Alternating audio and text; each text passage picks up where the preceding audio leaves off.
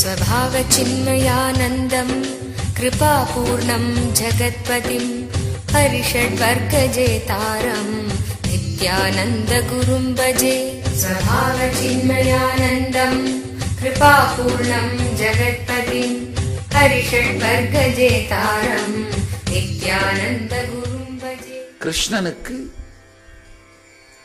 கிருஷ்ணனுக்கும் கோபிகைகளுக்கும் அந்த ஞானம் இருந்தது. அவர்கள் ஞானத்தை அடைந்து அதை தாண்டி லீலை செய்து கொண்டிருந்தார்கள்.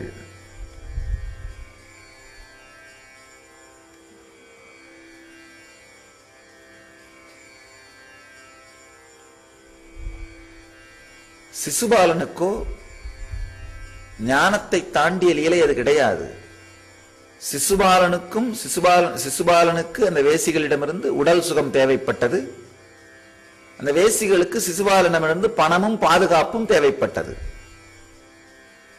அங்க தேவை வேறையாக இருக்கிறதுனால அதை பக்தி என்றும் ஞானம் என்றும் சொல்ல முடியாது.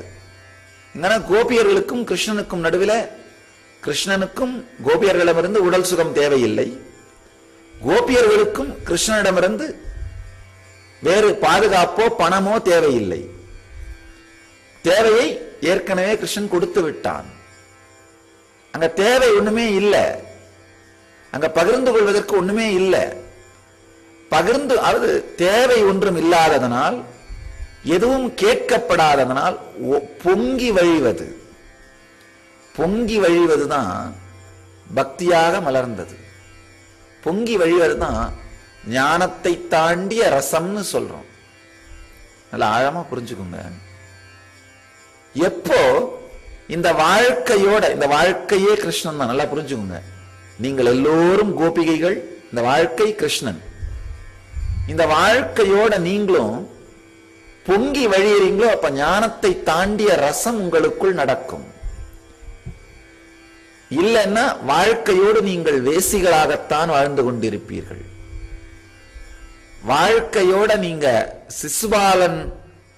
சிசுபாலனுடைய வேசிகளுக்கு இருந்த உறவை வச்சு வாழணுமா, இல்ல கிருஷ்ணனுக்கும் கோபியர்களுக்கும் இருந்த உறவை வச்சு வாழணுமான்னு முடிவு பண்ணுங்க. வாழ்க்கை கிருஷ்ணன். யார் யாருக்கெல்லாம் இந்த வாழ்க்கையிலிருந்து பணமும் பாதுகாப்பும் தேவையில்லை என்று துறக்கிறீர்களோ அந்த வினாடியிலிருந்து உங்களுக்கும் இந்த வாழ்க்கைக்கும் இருக்கின்ற உறவு ஞானத்தை தாண்டிய ரசமாக மாறுகின்றது. நித்யம் சரணம் கச்சாமி, தியானம் சரணம் கச்சாமி, ஆனந்தம் சரணம் கச்சாமி, நித்யானந்தம் சரணம் கச்சாமி.